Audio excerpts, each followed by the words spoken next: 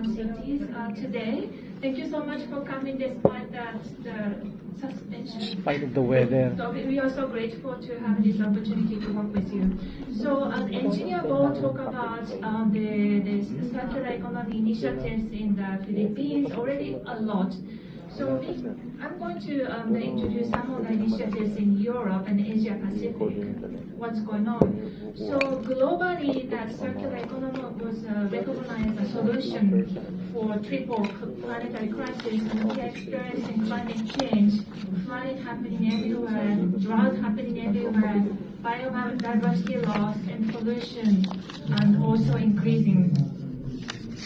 So as I mentioned, that we need to shift from a linear and circular economy to minimize environmental impact, but also circular economy provides additional benefits. It can create new jobs and recycling sectors and also other 10R business model that can create additional employment opportunities. So I also want to emphasize cities that are very important for circular economy transitions. Cities consume almost 2/3 of global energy, produce up to 80% of greenhouse gas emissions, and they generate 50% of global waste. And Asia Pacific region is so important to drive this change because it hosts 60% of the world population and 4.3 billion people with more than 50% of the world consumption. So, for example, if Philippines can transition to green economy, it will have a significant environmental impact at the planetary level. So, what is going on in Europe?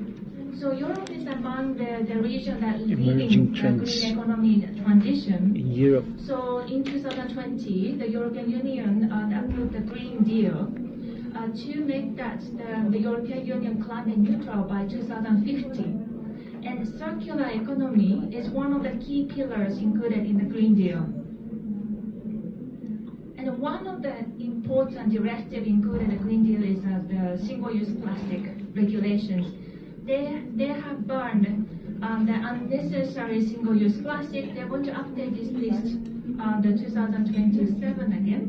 And then also the promoting sustainable sustainable consumption production, and also the eco design, and also recycling rates, and then also promoting a product design to have recyclable.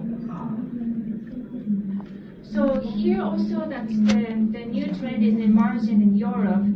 More than 80 cities signed circular city declarations to move towards a circular economy. It's like also Philippines, and under this EU JET program, there will be up to 60 or more LGU joining this program for the green economy transition. So this is also notable that many cities started with waste management initiatives. They saw waste management is a prominent issue. Then they started with recycling. Then they realized, oh, okay, so waste is increasing. So they also need to think about how to reduce waste. So there is also a notable trend that they focus on upstream measures, promote sustainable consumption production to minimize waste generation as source. So now I'm going to also introduce some of the city initiatives. The Malmö, Sweden, so they did a baseline studies, like how much waste is generated from which sector. Then based on that, the baseline study, they had a circular strategy roadmap, which waste stream need to be focused and how to reduce waste generation. And they also create a resource hub for building city networks. And also circular building for use is being tested. And this is Belgium. So they created a circular economy hub as a network to promote entrepreneurship. And also had festivals because they recognize the circular economies and needs to improve awareness. So they reach out to public and the citizens and also the businesses to inform what is circular economy, how they can be part of circular economy initiatives. And also the platform to redistribute food waste. They recognize there are lots of food waste that can be also used for the people in need. And the repair initiatives for electronic goods, furniture, and textiles. Now going to Germany. So they are also developing a zero waste strategies under development. And as I mentioned, that shifting focus from waste management towards waste prevention, reuse, and repair. And the green waste valorization to also the treat the organic waste for energy and composting. And the circular events again to encourage citizens to adopt more circular practices. This is good. And here Luxembourg. So I included this because Luxembourg. it also highlights the role of the public sectors. For example, that they promoted a reuse center and platform. They also provide active subsidies for circular measures and sustainable procurement. We also know that many cities and LGUs, including this project, are also looking at green procurement to foster the services and goods that can contribute to circular economy. So now we go to Asia Pacific. Vietnam and so Cambodia. There are so many initiatives happening, and they're very similar to the Philippines. So I will also share some insights from Vietnam, Cambodia. So Vietnam, the circular economy also a key pillar for the country. So that builds on the CE policy, innovation, finance investment, transforming cities, and just transition, very similar to what we are trying to achieve here. So the CE, the scheme also applied at a high level, like here in the Philippines, by Prime Minister, the Prime Minister 2022. So they aim to also transform the country to be carbon neutral. And then also they are looking at waste as the starting points, focusing on plastic waste and organic waste first. And in order to also foster circular economy transition, they are looking at the business sector for solution. So in order to develop CE businesses, they're looking at incentives, subsidies, procurement, but also they're increasing tax and fees for non-environmentally friendly products. So there are different public instruments being tested. And the EPR law also introduced in Vietnam, like here in the Philippines, and the green bonds and green procurement as mentioned before. And then also just transitions. So they also recognize in the waste management sector there are lots of informal workers. They're active, but they are not often integrated in the formal part of the society. So they are looking at how to integrate informal sectors with also they require support. So they're providing the capacity building support through forming women's association, and then they also recognize they don't have a legal entity, so they're also assisting with the recognitions, and also they realize that they don't have a financial literacy, they may not have a capacity for accounting, etc. So they're providing also support for waste management, record keeping, financial management, and communication skills, along with the PPEs and health insurance. This is piloted in province. So now going to Cambodia, so they also focus on the plastic issues like in the Philippines. So they focus on the three key intervention: policy, awareness raising, and business support. So like in the Philippines, they're looking at what kind of regulations are needed to support the circular transition, the new regulation and also EPR. But then they realize in order for public to accept regulation, they need to inform public why the plastic is the problem and how they can be part of solution. And also, in order to communicate message very effectively, they saw that they need to look at the social media where people look, and they also use kind of animation, and then there's a creative mode of communication to reach the youth and children for behavioral change. So they work with celebrities, and also they work with the animation creator to communicate message, and also social media effectively. Then businesses, so if regulation come in, then there need to be alternative, for example, for plastic.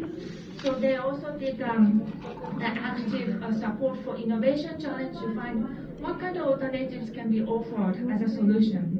So they're looking at the banana leaves, and also they're looking at the rice straws and locally sourced products and as an alternative solution. And also quick measures. Like Philippines, also the Cambodians rely on the tourism sector, and they're also using massive amount of single-use plastic. So then technically also very quick measures can be implemented to significantly reduce the single-use plastic. So they're also producing some manual for hotels, and that can be implemented. So now we're going to Philippines. Umuulan pa sa labas? So, Magpa-blackout? can you hear me? Wala kasang hangin.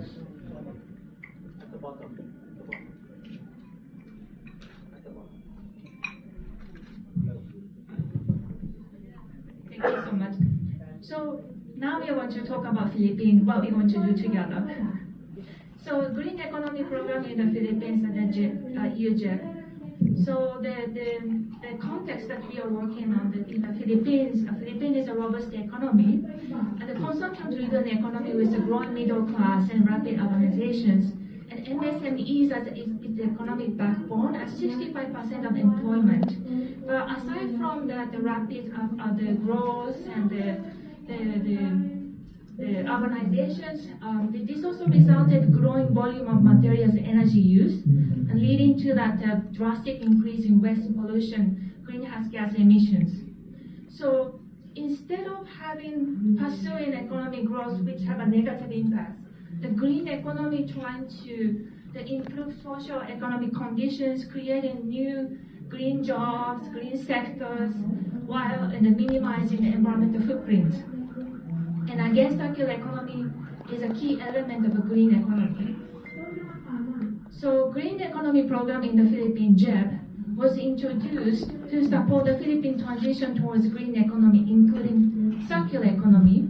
This is the consortium project funded by EU, 60 million grant, and led by DNR. And there are 4 strategic objectives underneath this consortium program.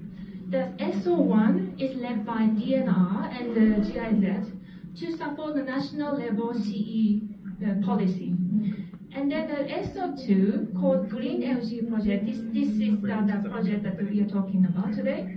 It's funded by EU for 23 million and led by DRLG and UNDP to enhance the practice of CE at the LGU and stakeholders.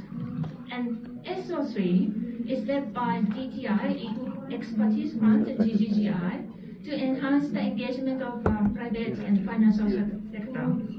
And SO4 is led by DOE and IFC to promote energy efficiency and renewable energy.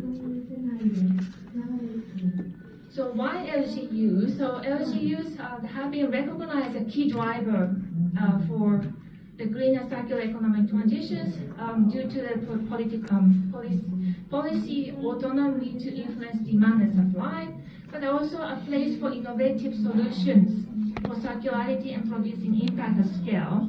And then this program will be implemented in 60 LGUs, LGU clusters. Tier 1, which Caloocan is part of, include 20 LGUs for the technical support, and Tier 2 LGU includes 40 20 LGUs. LGU. So this is the sphere of change. So during the inception, also before, we did a quick assessment. What are the issues? What are the barriers for circular economy? So one of the barriers for governance is a limited data, information, skills, and capacity tools for circular economy, and also lack of enabling policy regulation for circular economy, and enabling infrastructures and systems, and also untapped cross-learning opportunities among LGUs. What kind of CE model can work? In the private sector, we also recognize that the limited viability of CE business model and lack of knowledge capacity to implement CE activities, and limited opportunity for green jobs and lack of access to financing. And for communities, that while we are doing the consultations on the many stakeholders also noted, poverty and food securities are the main concern of the people. So it's very important to address the frame circular economy as a new opportunities that gives also social and economic benefits while also enhancing environmental benefits. And then also we need to recognize that the consumption-driven economy, that everybody that there is a cheap and convenient is the best, but also we need to also think about how we can also create a sustainable future that benefits the planet and society. So based on this, the theory of change, this project aims to improve capacity and tools of LGUs and stakeholders, and they also aims to create and implement the circular economy, like enabling circular economy regulation policy, and also it aims to improve the capacities of public-private sectors to finance CE solutions and the business model. So creation and also nurturing of the new business models, and then increase awareness for behavioral change among the citizens, private sectors, everybody concerned, and strengthen knowledge among the all parties, and also the cross learning across the LGUs. So, as Engineer Ward also mentioned, that the gender equality, disability, and social inclusion is a key part of our program. So all the members be part active agents of the circular economy transition. And initial roadmap. So we have a different components. So we are here at output. So output one. So we are now going through the OSCEs and asking the questions. What are the issues you have? What are the challenges? What kind of pathway you want to have? And this consultation will lead to identify what kind of policy is needed, what kind of financial support is needed, what kind of business needs are what kind of CSO the initiative need to be supported. So this will lead to, for example, output 2, which is identification of the regulation and policy. And then output 3 is about the business model creations.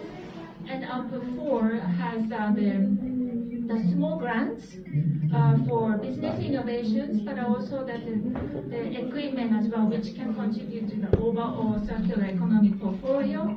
And then awareness raising. So if there's some of the ICE is required, and we also look at the need, what kind of the campaigns can be promoted under this. And peer-to-peer learning. So there was also, there will be the Mayor's Fellow Program to be operationalized to the foster cross-learning among the LGUs. So our updates. So we have conducted the LGU project-wide inception workshop in the Quezon City, right? And I think some of the participants joined this workshop in April. And then we requested all the LGUs to create a local CE action team so that each LGU can lead a circular economy transitions. So I hope Kalaoka has already listed. Okay. Then we also requested the circular economy baseline based the Excel sheet to be filled so that we can track how is the progress in the, for example, green job creations, how many SMEs are supported, what kind of regulations being supported. So this information is very critical, so I hope you can also help us compile this information as well. And then we had a project board meeting in July, and we are in the 10th section workshop, and we are celebrating this workshop because this is the last workshop that we are going to work together. So the first batch, first batch. So what we have been doing is that during the inception workshop is we have a mayor's office visit, and we look at the different CE sites, and then we start working on the prioritization of the areas that we need to work on. So I just also want to give you a snapshot of what we have done in the Del Carmen. So we identified the CE challenges. So Del Carmen said that the rapid urbanizations and the increasing volume of waste is a key challenge. There's a new also the emerging challenge because cruise ship is arriving, so there will be massive also surge in the West generation what to do. So the vision is that they'll come in as an inspired green island leader. And in order to achieve that vision, they identify 3 areas they want to work on: the sustainable ecotourism, sustainable agriculture, and green urbanization. So in order to also realize this vision and priority areas, they map out what needs to be done for governance and business and academia, citizens, and CSOs. So they have listed what needs to be done, and then this also identify what is a priority, immediate priority. So in the case of Del Carmen, they identify under governance the immediate priority is C strategies. They need to have a vision how to attain the C's. Then the government needs to define what kind of these strategy they want to have, what kind of CE ordinance need to be developed. So once this is developed, that the other action will follow. Daily policy will follow. And the businesses also they'll come and say like, okay, like we have so many issues, we need business solution. So the innovation challenge needs to be they're forced us to look at locally available solutions. So they're looking at the different like solutions for recycling, nutrient circularity, reuse, repair, and sustainable tourism, and sustainable fashion, etc. And then they also identify academia. So they also highlighted the important role of academia, because in order for that the knowledge and information to be sustained, the academic institution needs to also incorporate CE modules. So they highlighted the need for building curriculum for CE module skills and tools, and then also that linked to communication plan. That's the mayor Koro also mentioned that in order to communicate on the CE, they need to have a very strategic plan. Who to work with, campaigns like the behavioral change influencers, fashion shows, celebrities, social media. So this is also something that they highlighted as a priority. And the just inclusive business model in promoting the CE. So Mr. Richard, there's a model like this. The inspire Del Carmen, so that he also traveled to Del Carmen and then also shared experience. So that they're also looking at how also the testing group can be the active agent providing solutions. So this is also something that they came up with. So today's inception workshop objective. So the engineer board already talk about the circular economy concept. So based on this, also we understand there are a lot of initiatives in this city already. So building on what happened already, what would be the next challenges and priorities in sectors, and collectively agree on what would be the low-hanging, high-impact activities, and then also institutional arrangements. So we are very looking forward to working with you in the next 2 days and start our 4 years journey. So thank you so much. Thank you, Dr. Jensen. Again, let's give her a warm round of applause. We would also like to acknowledge the presence